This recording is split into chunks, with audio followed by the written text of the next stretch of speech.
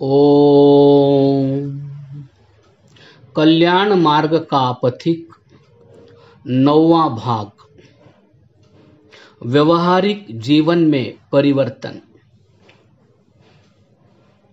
मेरे एक स्वभाव का ज्ञान मुझे काशी में गंगा गए गंगादास, यमुना गए यमुनादास हुआ।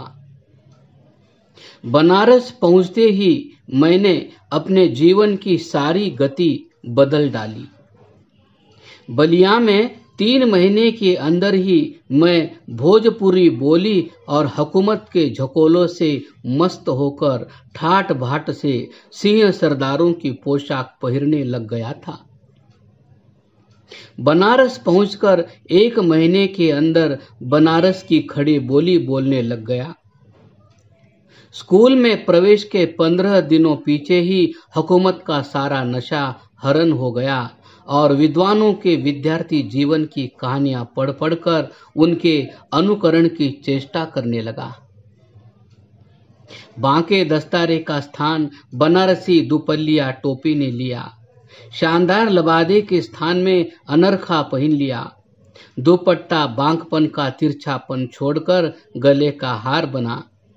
चुस्त चूड़ीदार पाजामे का स्थान सीधे सादे घुटनों ने लिया और चमकते हुए सल में सितारों की जूती को ठोकर लगाकर लक्कड़ तोड़ बूट पैरों का श्रृंगार बना। अंतरीय परिवर्तन। बाह्य परिवर्तन के अतिरिक्त अंतरीय संकल्पों तथा आशाओं का सारा चित्र ही बदल गया। 6 बजे के स्थान में ब्राह्म मुहूर्त में 4 बजे उठकर गंगा तीर स्नान के लिए जाता। वहां से डलिया झारी लिए विश्वनाथ की सारी परिक्रमा में देव पूजन कर घर लौट आधे घंटे तक शारीरिक व्यायाम कर भींगे चने खाकर दूध पीता और नैतिक पाठ की आवृत्ति होती। 2.5 घंटे बराबर स्कूल की तैयारी में लगते। फिर भोजन पीछे स्कूल और वहां से 4:30 बजे लौटकर आवश्यकताओं से निवृत्त हो 1 घंटा अन्य स्वाध्याय में व्यतीत होता। सांझ होते ही कुर्ता दुपट्टा ओढ़ हाथ में छाता घुमाता हुआ शहर से बाहर वायु सेवनार्थ भ्रमण के लिए चल देता। यह भ्रमण भी एक प्रकार की कसरत ही थी। 1 घंटे में 4.5 मील का भ्रमण खासी दौड़ के बराबर ही है।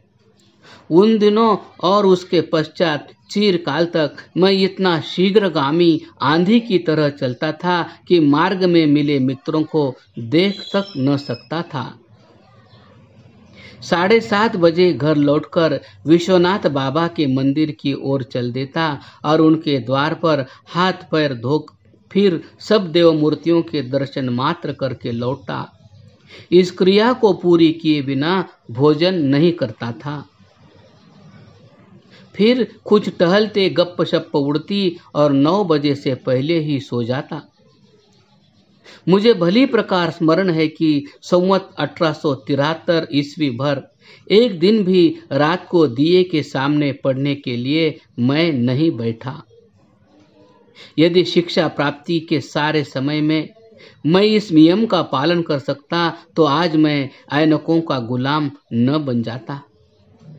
गुरुकुल खोलकर कुछ काल मैंने इस नियम को चलाया, परंतु जब शिक्षा के कार्य में अंग्रेजी कॉलेजों के ग्रेजुएटों से काम लेना पड़ा तो न केवल रात की पढ़ाई पर ही उन्होंने बल दिया, प्रत्युत अंग्रेजों की विलायत से पास हुए डॉक्टरों की सहायता से देशी सरसों के तेल के स्थान में बदबूदार मट्टी का तेल जलवाना आरंभ कर दिया। मेरी पहली अनुपस्थिति में यह रिवाज बदल गया और जब लौटकर मैंने अपना नियम चलाना चाहा तो इन नई रोशनी वालों ने लोटे में नमक डालकर कह दिया कि बिना रात की पढ़ाई के पाठ तैयार नहीं हो सकते। यदि मैंने स्वयं अपनी आंखों मिट्टी के तेल और आंधी टाइप वाले अंग्रेजी उपन्यासों के अर्पण न कर दी होती तो शायद अपने ब्रह्मचारी पुत्रों को इस आपत्ति से बचा सकता। पहले वर्ष के नियम पूर्वक जीवन का वर्णन करने से मेरा यह मतलब नहीं है कि इन 12 महीनों के अंदर कोई भी नई लहर मेरे अंदर नहीं उठी। पहला काम मैंने यह किया कि बनारसी गुंडों का अनुकरण करते हुए शाम को अपने कमर में छुरी लगाकर बाहर जाता। माता पिता से शरीर मुझे सुडौल और हाथ पैर खुले प्राप्त हुए थे। इसके साथ व्यायाम ने शरीर को गठित कर दिया था। परंतु यह सब होते हुए भी मैं ऐंठने और बिना कारण किसी से उलझने का अभ्यासी न था, बल्कि लज्जा का नमूना बना हुआ था। इस लज्जा का परिणाम ही मेरी 2 निर्बलताएं थी, जिनका परिचय मेरी आगे की कहानी में मिलेगा। प्रथम तो यह कि दूसरे के अत्याचारों को बराबर सहन करता चला जाता हूँ, और जब सहनशीलता पराकाष्ठा को पहुँच जाती है तब निवृत्ति की ओर ध्यान देता हूँ। इससे जहाँ पापी को पाप में बह जाने का अवसर मिलता है, क्योंकि वह मेरी क्षमता को निर्बलता समझता है, वहाँ मेरे व्यवहार में अचानक परिवर्तन देखकर मेरे शत्रुओं की संख्या बढ़ जाती है।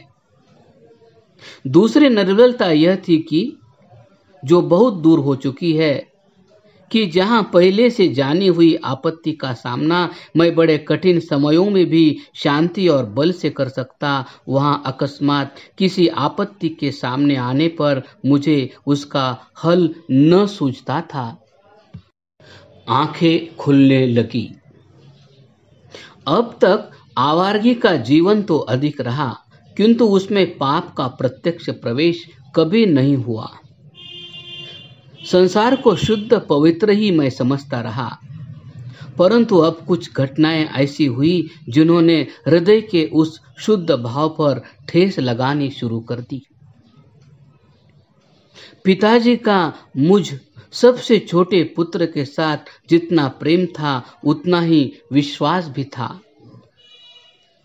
जिस कोठी में उनका रुपया जमा था, उसके मालिक को आज्ञा दे दी कि मेरे हस्ताक्षर पर जितना धन मैं मांगू दे दिया जाए। खर्च की कमी थी नहीं, इसलिए वसंत पंचमी की छुट्टी होते ही मैं बलिया चला गया। वहां श्याम सिंह और अजित सिंह तो थे ही। मोहल्ले के सिख खत्रियों ने हमारे मकान के पास ही एक बैठक में मुजरा कराने की ठानी। मुजरे में वेश्या बैठकर गाती है, नाचती नहीं। इन सब ने मुझे निमंत्रण दिया। मैंने उत्तर में कहा कि पिताजी सदा नाच तमाशों से जुदा रहते हैं, मैं उनसे आज्ञा नहीं ले सकता। मुझे उन लोगों ने मुजरे में शामिल होने की विधि बतलाई और मैं पिताजी के सो जाने पर चुपके से उठकर बाहर बैठक में आया और केसरी बाना पहनकर मुजरे में शरीक हो गया। पहले तो शंका और लज्जा ने आ घेरा, परंतु लौंग समेत पान पर पान खाते हुए शंका दूर हो गई। 4 घंटों में मैंने 50 से कम न पान खाए होंगे। 3 बजे चुपके से फिर चारपाई पर लेट रहा। यह पहला अविश्वास का पर्दा था जो मेरे और पिताजी के बीच में पड़ गया। प्रातःकाल गला सूख कर कांटा हो गया। अपने किए पर पश्चाताप भी हुआ, परंतु प्रायश्चित करके पिताजी से क्षमा मांगने का साहस न हुआ। बनारस लौटने पर एक और अनुभव हुआ। मेरे एक मामू ने पिताजी के साथ काशी में आकर दुकान खोल ली थी। मैं आदित्यवार की छुट्टी के दिन उनसे मिलने जाया करता था। मार्ग ठटेरी बाजार में से था, जहां एक गुंडों का गोल बैठता था। वह कुछ आवाजें कसते थे जिनकी ओर मैं ध्यान न देता और नीचे आंखें किए चला जाता। एक बार एक गुंडा मेरे पीछे कुछ देर तक बोलता गया, तब मेरे कान खड़े हुए। लौटते हुए उसने मेरे मोड़े पर हाथ रखा ही था कि मैंने पैर घुमाकर उसके मुंह पर बड़े जोर से थप्पड़ मारा। उसका सिर भिन्ना गया। यह कुछ टिर्राने को तैयार हुआ और मैंने उसे बलपूर्वक धक्का दिया तो वह पत्थर के फर्श पर चित्त गिर पड़ा। मैंने तो समझा था कि बदमाश दल मुझ पर टूट पड़ेगा, परंतु उसी दुष्ट पर सब हंस दिए। भले मनुष्यों का तब हौसला हुआ कि उसे फटकारें, और फिर उस मार्ग में किसी ने भी मेरी ओर आंख उठाकर नहीं देखा। बनारस के गिरे हुए आचार का एक दूसरी घटना से मुझे प्रत्यक्ष होने लगा। संवत 1930 की गर्मियां आ पहुंची। मई का महीना था। मेरे घर से कॉलेज भवन 1.5-2 मील दूर था। अन्य स्कूलों का समय बदलकर प्रातःकाल हो गया, परंतु क्वींस कॉलेज और स्कूल 10 बजे से 4 बजे तक ही लगते रहे। कारण यह कि प्रत्येक कमरे तथा हॉल के दोनों ओर खस की टट्टियों पर पानी छिड़कवाया जाता था। प्रोफेसर और अध्यापक तो बग्गियों और पालकियों में आते, परंतु विद्यार्थी स्कूल पहुंचते हुए पसीना पसीना हो जाते। तीस पर भी अध्यापक पढ़ाते समय ऊँघते ही रहते थे। मैंने गर्मियों के लिए इक्का किराए पर कर लिया, जो मुझे 10 बजे पहुंचा देता और 4 बजे स्कूल से लौटा लाता। एक दिन मैं स्कूल की ओर जा रहा था कि मैंने एक विद्यार्थी के पीछे लगे बदमाश देखे। विद्यार्थी के साथ एक नौकर भी उसका बस्ता उठाए जा रहा था, परंतु उसका हौसला कहाँ कि 5-6 गुंडों का सामना कर सके। मैंने लड़के को इक्के पर बैठा लिया और गुंडे मुंह ताकते रह गए। शाम को भी उसे इक्के में लाकर उसके घर पहुंचा दिया। तब मालूम हुआ कि उसकी माता के साथ गंगा में संकल्प पढ़कर मेरी माता ने उसे धर्म की बहन बनाया हुआ है। भाई मेरे पास पढ़ने आने लगा। मैंने उसे कसरत करना सिखाया। तब उसका शरीर दृढ़ होना शुरू हुआ और उसकी अनुचित लज्जा भी दूर होने लगी। स्कूल भी वह मेरे साथ जाने लगा। मेरी मौसी ने समझा कि बच्चे का बदमाशा से छुटकारा हो गया, परंतु फिर मेरे घर पर ऐसे आदमियों का आना आरंभ हुआ जिनके आने की आशा न थी। उसमें एक वेदपाठी पंडित थे जिनकी लंबी कहानी देकर पुस्तक को बढ़ाना अभिष्ट नहीं। सारांश यह कि जब उस भाई के विषय में उस पतित पंडित के घृणित भाव का पता लगा तो मैंने उसे अपने घर आने से रोक दिया और मैं गर्मी की छुट्टी में बलिया चला गया। तब वेद पाठी ने लड़के को उसके सगे भाई के साथ इक्के पर जाते हुए गुंडों द्वारा उठवा मंगाना चाहा। गुंडों ने उसे उठा भी लिया, परंतु पास ही एक सदाचारी थानेदार कुछ आंदोलन कर रहे थे। उन्होंने लड़के को उन दुष्टों के पंजे से छुड़ाकर घर पहुंचाया और उसकी माता ने सदा के लिए उसकी पढ़ाई बंद कर दी। इस पिशाच वेद पाठी ने अपने मनोरथ सिद्धि में मुझे बाधक देखकर मुझ पर ही मेरे धर्म भाई के संबंध में लांछन लगाना चाहा, जिस पर उसे उचित दंड भी मिला, परंतु मुझे इस घटना से बड़ा सदमा पहुंचा। तीसरी घटना एक एंट्रेंस के विद्यार्थी के संबंध में थी। इसका नाम राम लगन मिश्र था।